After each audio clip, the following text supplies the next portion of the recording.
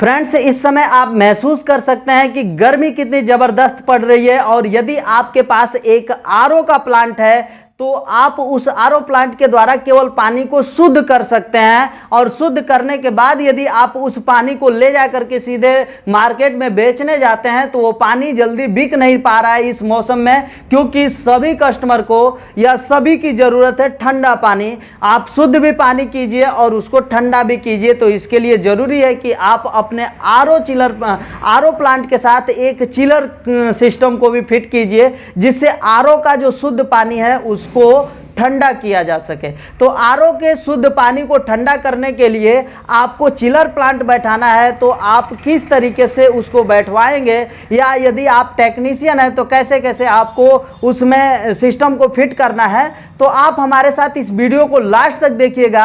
आपको बहुत कुछ सीखने को मिलेगा। हमने इस वीडियो में ये बताया है कि एक 500 लीटर के टैंक में यदि आपको चिलर प्लांट बैठाना है, चिलर का सारा सिस्टम बैठाना है, तो क्या कुछ करना पड़ेगा।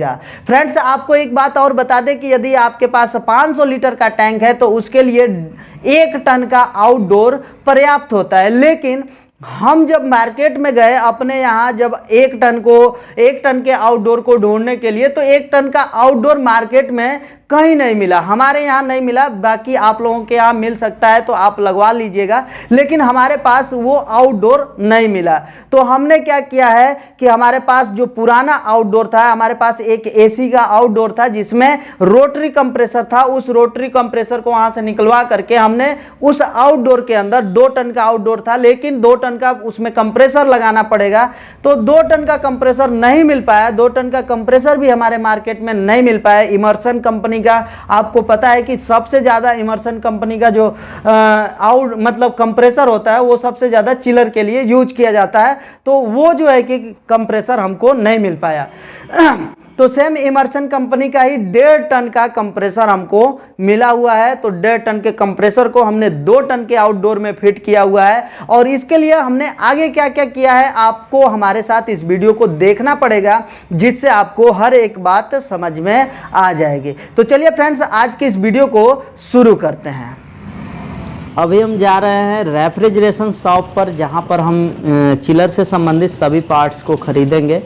जो भी पार्ट्स है, जो भी कुछ खरीद करके लाएंगे, आपको लिस्ट दिखा देंगे कि ये चीज़ें हमने यहाँ से ख़रीदा है। और इन सभी को मिला करके हमें एक चिलर को प्लांट को इंस्टॉल करना है, बनाना है।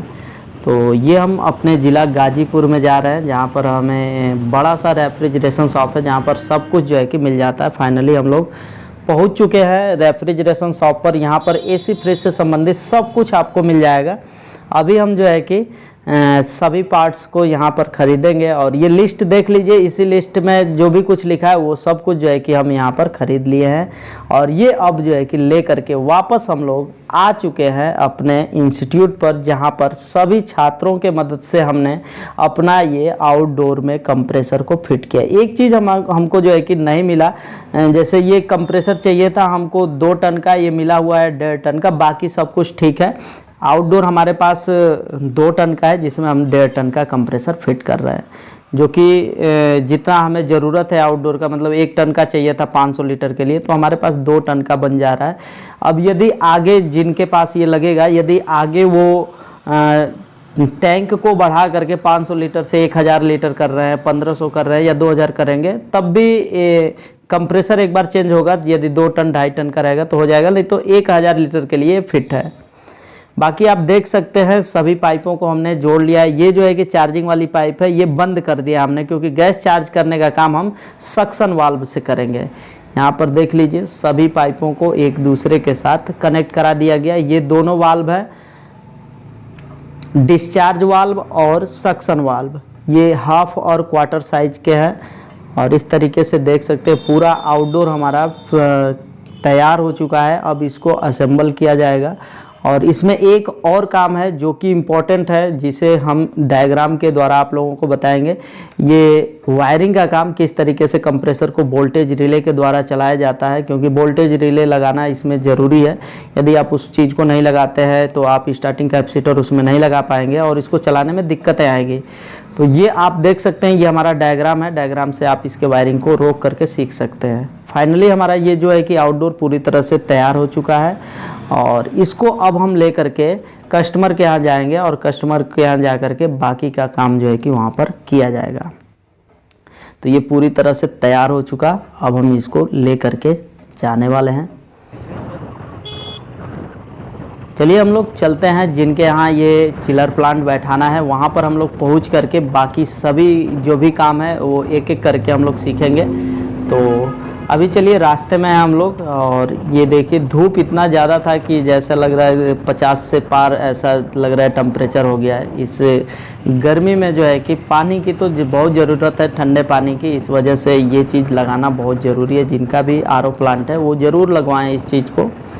तो अब हम जो है कि पहुंचने वाले हैं, अब हम यहाँ पर पहुंच चुके हैं जिनके यहाँ जो है कि ये टैंक है 500 लीटर। इसी 500 लीटर के टैंक में हमें चिलर का टैंक जो है कि सिस्टम फिट करना है। ये 3/8 का पाइप है जो कि 50 फीट का पाइप है और इसको कॉइल बनाया जा रहा है। हमने पिछले वीडियो में बताया था कि आप लोगों को इस तरीके से सिलेंडर के ऊपर ही बनाना चाहिए।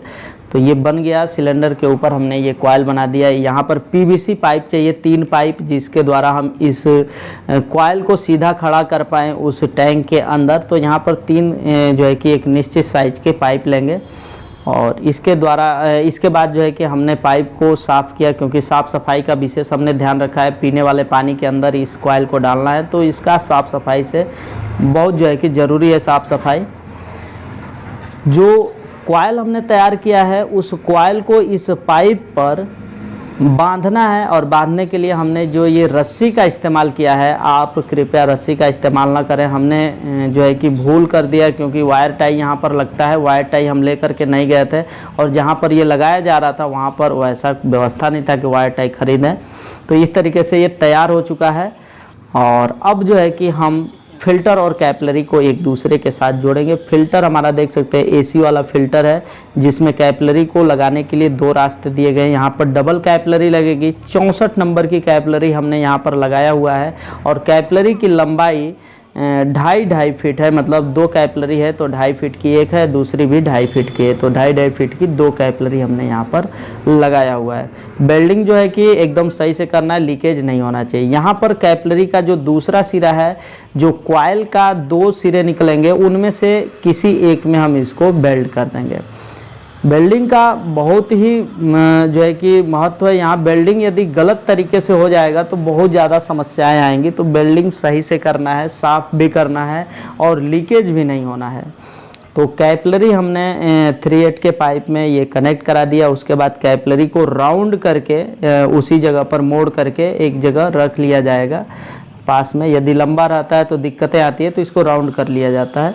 उसके बाद जो पाइप का दूसरा वाला कॉइल का दूसरा पाइप है, उसमें सक्शन लाइन मतलब जो हाफ वाली साइज का पाइप है उसको हमने यहाँ पर जोड़ा हुआ है।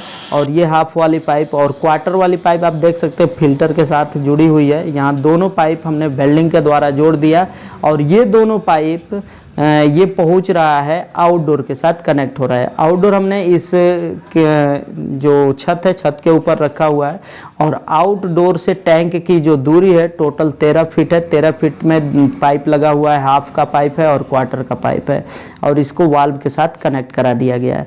जितना ही नज़दीक रखेंगे आउटडोर को उतना ही बेहतर रहेगा, तो कम से कम दूरी रखने का प्रयास करें। सब कुछ जोड़ने के बाद अब हम जो है कि वर्कशॉप कंप्रेसर को इस तरीके से कनेक्ट कराएंगे और यहाँ पर हम जो है कि अभी वैक्यूम कर रहे हैं। वैक्यूम का प्रक्रिया करना बहुत ही ज़रूरी है। वैक्यूम कम से कम 20 से 25 मिनट करें। जितना ही मतलब बढ़िया से वैक्यूम होगा उतना ही बढ़िया हमारा जो है कि सिस्टम काम करेगा, क्योंकि गैस चार्ज करते समय वैक्यूम का अर्थ है कि उसके पाइप के भीतर जो बाहरी हवा घुसी पड़ी है उसको बाहर निकालना है।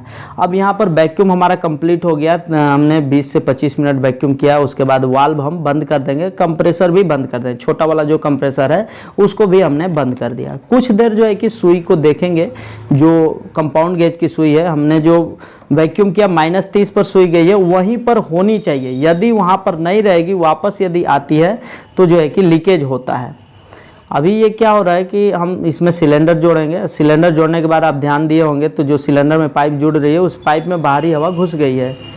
उस बाहरी हवा को यहाँ से ढीला करके निकाला भी जाएगा। कुछ देर तक हम इस पाइप को सुई को भी देख रहे हैं ताकि ये 30 से शून्य के तरफ ना चली जाए। यदि उधर जाएगी तो समझ लीजिए लीकेज है। लीकेज चेक करने के लिए हम ये सलाह देंगे कि उसमें आप हवा न भरें। यदि आपके पास नाइट्रोजन गैस है तो आप उसमें भर सकते हैं, क्योंकि हवा से जो है उसमें नमी आ सकती है। यहाँ पर जो पाइप के भीतर एयर है उसमें रेफ्रिजरेंट को छोड़ करके यहाँ से निकाला जा रहा है। निकालने के बाद जो पाइप है उसके अंदर के भी हवा को बाहर कर दिया गया है और उसके बाद हम गैस चार्ज करेंगे। गैस चार्ज करने का मतलब ये, अभी हमारा जो आउटडोर सिस्टम है मतलब उसके अंदर का कंप्रेसर है वो पूरी तरह से बंद है। हम कंप्रेसर को बंद करके ही उसमें गैस चार्ज कर रहे हैं और लगभग आप जितना चाहें उतना कर सकते हैं। वैसे 60 से 65 पाउंड तक हमारा बैक प्रेशर होना चाहिए। फिलहाल हम 20-25 या 30-40 पाउंड आप इसी तरीके से बिना कंप्रेसर को चालू किए हुए ही गैस को भर सकते हैं। गैस को भरने के बाद कंप्रेसर अभी चालू नहीं है, फिर भी हम लोग लीकेज चेक कर लें। थोड़ा प्रेशर कम है लेकिन यहाँ लीकेज रहेगा तो बता देगा।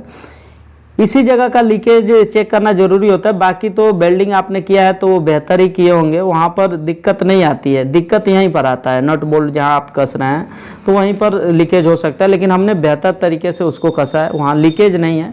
अब हम क्या करेंगे, जो नया अभी हमने नया जो है कि कैन यहाँ पर लगा दिया। एक कैन हमारा समाप्त हो गया है, दूसरा कैन हम यहाँ लगा दिए। फिर वापस जो पाइप के अंदर हवा थी उसको भी हमने यहाँ से बाहर करके वही प्रक्रिया करेंगे। अभी कंप्रेसर हमारा बंद है, फिर भी ये जो है कि गैस चार्ज हो रहा है। जितना आसानी से हो रहा है उतना आप गैस चार्ज कर दीजिए। उसके बाद हम जो है कि अब कंप्रेसर को चालू कर दिए हैं। आप देख सकते हैं इसमें पंखा चल रहा है, इसका मतलब कंप्रेसर चालू हो चुका है, आउटडोर हमारा चालू हो गया। और इसको चालू करने के बाद ये जो सुई थी अब वो वापस, यदि मान लेते हैं कि 30-40 तक हमने पाउंड में भरा था तो ये 10-20 पर आ चुकी है। और यहाँ आप देख सकते हैं ये अब गैस चार्जिंग जो है कि कंप्रेसर को चालू करने के बाद होगा। और गैस चार्ज कितना करना है तो लगभग 60 से 65 पाउंड तक आपको गैस चार्ज करना है। यहाँ एम्पियर पर भी ध्यान देना है। यहाँ 5.5 एम्पियर अभी ले रहा है हमारा सिस्टम, ये लेना चाहिए लगभग 8-8.5 एम्पियर के आसपास। 1.5 टन का कंप्रेसर है तो 8-8.5 एम्पियर लेगा तो बहुत ही बेहतर है। 9 एम्पियर भी जा सकता है, क्योंकि हीटिंग होता है तो थोड़ा एम्पियर बढ़ जाता है, लोड बढ़ जाता है। तो इस वजह से आप देख सकते हैं ये धीरे धीरे गैस चार्ज करने की प्रक्रिया। यदि आप फ्रिज के अंदर गैस चार्ज किए होंगे तो जानते होंगे गैस को कभी भी चार्ज किया जाता है, धीरे धीरे गैस चार्ज किया जाता है। अभी हम सक्शन पाइप की स्थिति भी चेक कर रहे हैं यहीं से कि पाइप जो है कि ठंडा है कि नहीं। चलिए हम लोग अब नीचे चलते हैं, नीचे चल करके देखते हैं कि जो कॉइल है जो उसके अंदर टैंक के अंदर पड़ा हुआ है उस कॉइल की स्थिति क्या है, ठंडा है या नहीं ठंडा है।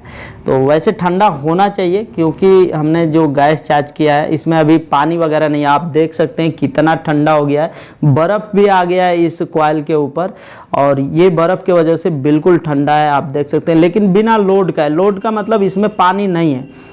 टैंक में हम अभी फ़िलहाल पानी भी इसमें डलवाएंगे, क्योंकि पानी जब तक नहीं रहेगा तब तक जो है कि उचित कूलिंग का जो है कि एहसास नहीं हो पाएगा कितना हमने जो है कि इसमें गैस चार्ज करना है।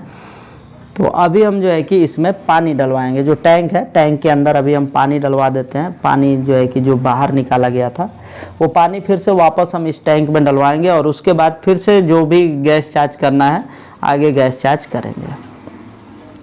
तो कुछ देर तक पानी हमने भरा, भरने के बाद पूरा फुल तो नहीं हो पाया, आधा लेवल तक पानी पहुंचा हुआ है, देख सकते हैं पानी आधा है। लेकिन अभी कूलिंग वैसे का वैसा है, थोड़ा कम हुआ है क्योंकि पानी का लोड थोड़ा बढ़ा है तो गैस और भी बढ़ाना पड़ेगा। आप देख सकते हैं फाइनली हम लोगों का जो गैस चार्जिंग था वैसे 60 के बीच आना चाहिए, लेकिन 60 से पहले ही है। लेकिन हमारा जो टैंक है छोटा है, थोड़ा बहुत कम भी गैस है तो 2-4 पाउंड तो चल जाएगा।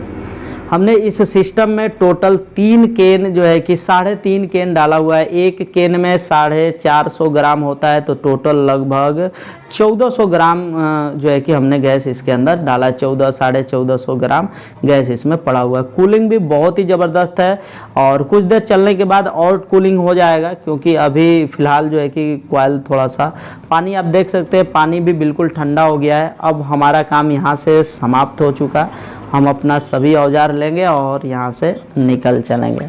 तो आपने सीखा है कि किस तरीके से एक न्यू इंस्टॉलेशन किया जाता है। न्यू इंस्टॉलेशन में आप केवल यहाँ पर हमारा आउटडोर ही पुराना था, बाकी सब ठीक है। तो हमें उम्मीद है कि आपको समझ में आया होगा। फ्रेंड्स, हम उम्मीद करते हैं कि आज की हमारी ये वीडियो आपको समझ में आई होगी, और यदि आपको कुछ न समझ में आया हो तो आप हमारे इस वीडियो के कमेंट बॉक्स में अपना सवाल लिख सकते हैं। आपको कोशिश करेंगे कि जवाब जरूर दें। और यदि आपको हमसे कांटेक्ट करना है तो आपको इस वीडियो के डिस्क्रिप्शन बॉक्स में हमारा ईमेल आईडी का लिंक मिल जाएगा, जहां पर आप हमसे कांटेक्ट कर सकते हैं। तो चलिए फ्रेंड्स, आज के लिए बस इतना ही। मिलते हैं नेक्स्ट वीडियो में एक नेक्स्ट टॉपिक के साथ। तब तक के लिए जय हिंद, जय भारत।